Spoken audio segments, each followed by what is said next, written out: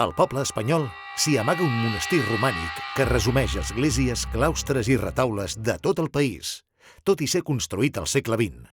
Aquesta història va passar aquí.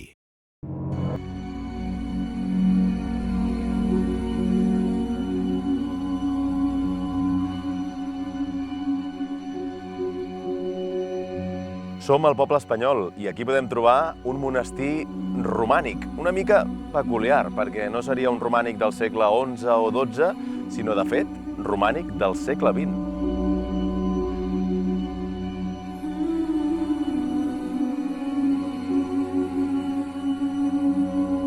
L'any 1929 es va construir aquest gran parc temàtic dedicat a l'arquitectura de la península Ibèrica i el representant de Catalunya, podríem dir, va ser aquest monestir, batejat com el monestir de Sant Miquel i que, com veieu, rendia homenatge segurament al que es pot considerar l'art nacional català, que és l'art romànic.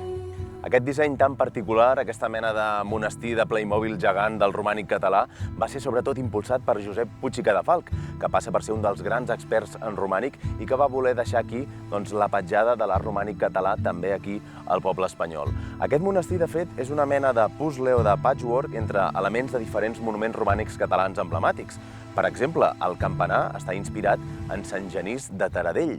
La planta del monestir i el campanaret que podem trobar a sobre del creuer, en canvi, ens evoca Sant Sebastià de Montmajor, en aquest cas el Vallès Oriental. I pel que fa a la portalada, molt monumental, en aquest cas està directament inspirada en el model de Santa Maria de Porqueres, al Pla de l'Estany.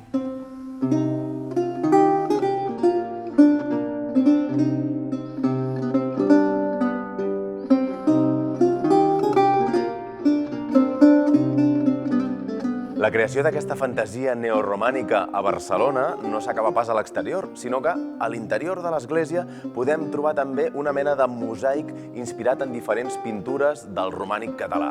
Per exemple, a l'absis tenim una referència a les pintures de Santa Maria de Mur, aquelles pintures que van marxar a l'estranger, a Boston, i gràcies a aquella operació es van posar en guàrdia les autoritats catalanes i van decidir preservar el patrimoni romànic català. Fins i tot la curiositat que trobem les pintures falsament fragmentàries, com si s'haguessin arrencat.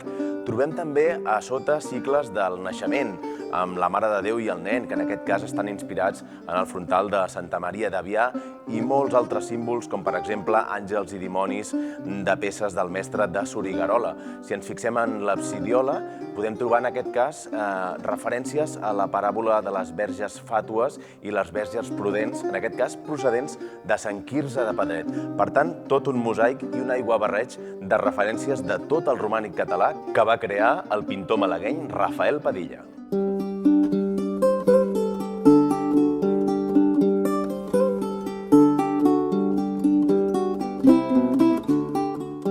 Segurament la joia de la corona d'aquest fals monestir de Sant Miquel és això, aquest claustre que recrea de manera fidedigna el claustre romànic de Sant Benet de Bages i, per tant, hi ha reproduïts els diferents capitells figuratius d'aquest monestir del Bages i fins i tot està calcat al grau d'erosió. Per tant, podríem dir que és la peça estrella que acaba de construir aquest gran puzzle neoromànic que trobem aquí, al poble espanyol.